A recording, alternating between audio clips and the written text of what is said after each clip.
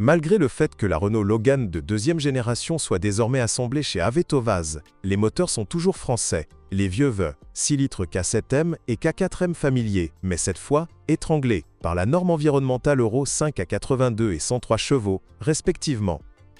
Les unités listées n'ont éliminé aucun des malaises bien connus de Logan. La K7M à 8 soupapes tremble toujours comme un chihuahua gelé, et la K4M à 16 soupapes pourrait encore nécessiter le remplacement d'un joint de boîtier papillon avec un régime variable.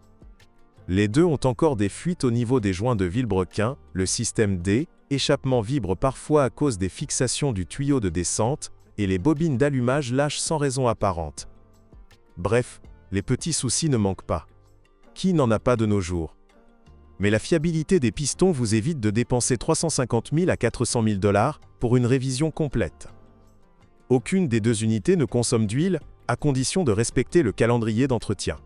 Réglez les soupapes tous les 100 000 km, changez la courroie de distribution tous les 60 000 km, et la voiture vous mènera au moins à destination.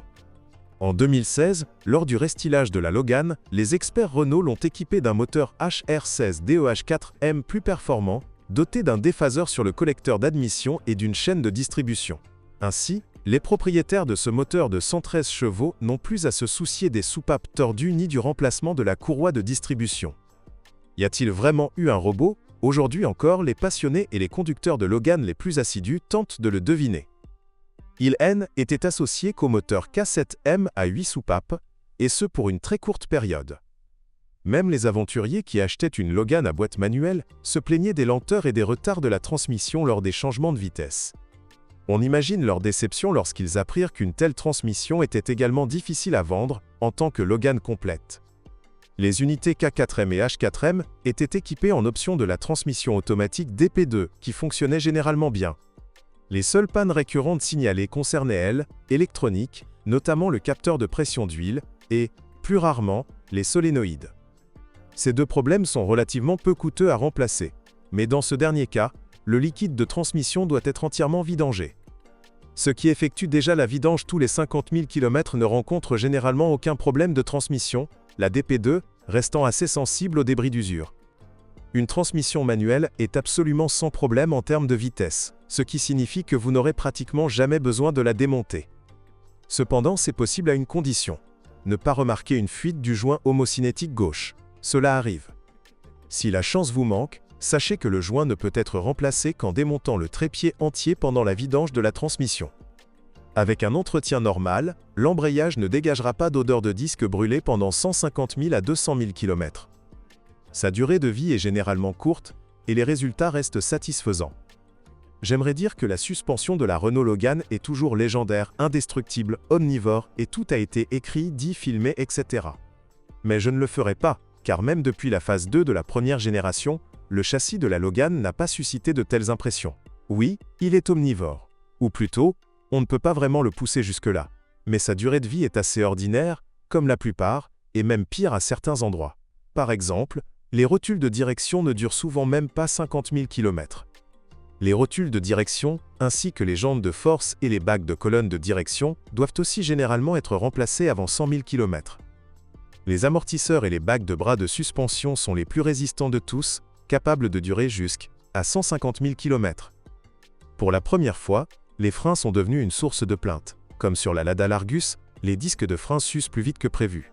Au bout de 90 000 km, ces composants présentent une importante bavure, nécessitant soit une réfection temporaire, soit un remplacement complet de l'unité de friction. Lorsqu'on possède une Renault Logan, il est important d'être prudent avec la carrosserie, et plus précisément avec la peinture. Les propriétaires se plaignent. La voiture semble neuve, mais elle est déjà couverte de fines rayures. Il est conseillé de recouvrir immédiatement les passages de roue arrière d'un film protecteur. Comme sur le Duster, ces zones sont attaquées par les pierres et autres abrasifs lors des trajets en campagne, ce qui laisse des éclats qui, contrairement aux rayures, ne peuvent être éliminés avec un produit de polissage. Comme auparavant, certains propriétaires s'inquiètent de l'apparition de fissures sur la carrosserie près de la jonction entre le toit et le montant C. Si ces inquiétudes sont fondées, elles le sont néanmoins, car elles ne provoquent ni corrosion, ni autres conséquences néfastes. La rouille n'est pas particulièrement friande de la carrosserie de la Logan, du moins jusqu'à ce qu'elle soit accidentée. Tout le monde attendait cela depuis longtemps. La Renault Logan, même si c'est relativement confortable, peut être qualifiée de confortable. Certes, il lui manque encore des seuils de porte en plastique pour protéger la sellerie, et certaines finitions sont même dépourvues de console centrale, mais grâce à une ergonomie inédite, elle offre désormais un confort exceptionnel. Climatisation, régulateur de vitesse, airbags latéraux et sièges main libre, tout fonctionne comme prévu, mais elle, électronique de pointe, a inévitablement entraîné quelques pannes. Par exemple, le commutateur de la colonne de direction gauche, qui refusait de répondre aux commandes ou, au contraire, allumait accidentellement les feux de route, est devenu une source de mécontentement. Dans ce cas, il faut remplacer l'ensemble du dispositif. Une jauge à essence bloquée ne répond plus. Après avoir fait le plein, il faut attendre plusieurs minutes pour déterminer si le pompiste a menti sur la quantité de carburant dans le réservoir. Chez beaucoup de gens, le chauffage de pare-brise ne fonctionnait que partiellement. Plus précisément, le côté passager se dégivrait en hiver, mais pas le côté conducteur, pourtant crucial pour tout. Le coût d'une pièce neuve était prohibitif pour les propriétaires de Logan, mais heureusement le problème ne venait pas du pare-brise lui-même, mais plutôt d'une simple oxydation des contacts à proximité. Je l'ai nettoyé et j'ai repris la route. Les matériaux des sièges sont, bien sûr, basiques. Ils se salissent et s'effilochent après seulement 50 000 km. Le plastique dur du tableau de bord et des garnitures attire inévitablement les grillons avec le temps. En revanche, la couronne du volant est désormais résistante à l'usure et ne se transforme pas en saucisse pourrie, même après 100 000 km. À en juger par les passionnés de Renault Logan, la durabilité n'est plus un critère essentiel. Envie de confort? La voici, options et commodité. Ainsi, le modèle passe du simple au complexe. Ou, comme on le sait, tout n'est pas aussi bon marché et fiable. Malgré son confort accru, la Renault Logan reste une bête de somme que l'on peut acheter d'occasion sans souci. Les petits détails peuvent vous gêner, que vous le vouliez ou non, mais la durée de vie des principaux composants est une évidence. Les bons exemplaires ont tendance à durer plus longtemps sans panne que la plupart des modèles vendus dans notre pays, sauf, bien sûr, si la voiture a servi de taxi. L'expérience en matière de choix de voitures d'occasion montre que la Logan reste populaire auprès des chauffeurs de taxi. Environ la moitié des voitures vendues sur le marché de l'occasion présentent des signes de transport de passagers lourds. Ces signes se reconnaissent à des matériaux peu résistants, ou plus précisément à l'usure des sièges arrière, des ceintures de sécurité et des garnitures. Ces derniers sont généralement plus visiblement usés que le siège conducteur. Naturellement, toutes les voitures utilisées comme taxi, et d'autres véhicules d'ailleurs, présentent des signes de falsification du compteur kilométrique. Déterminer électroniquement le kilométrage réel est problématique, même si celui-ci est dupliqué dans le système ABS.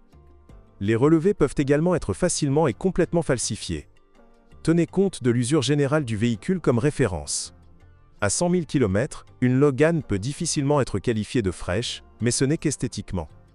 Quelques rayures sur les flancs, des éraflures autour des poignées de porte et des éclats dans les passages de roues peuvent être polis et retouchés. Il arrive que les propriétaires négligent généralement l'aspect mécanique.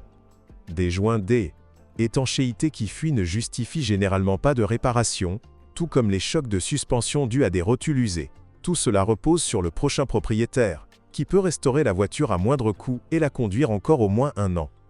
Didi.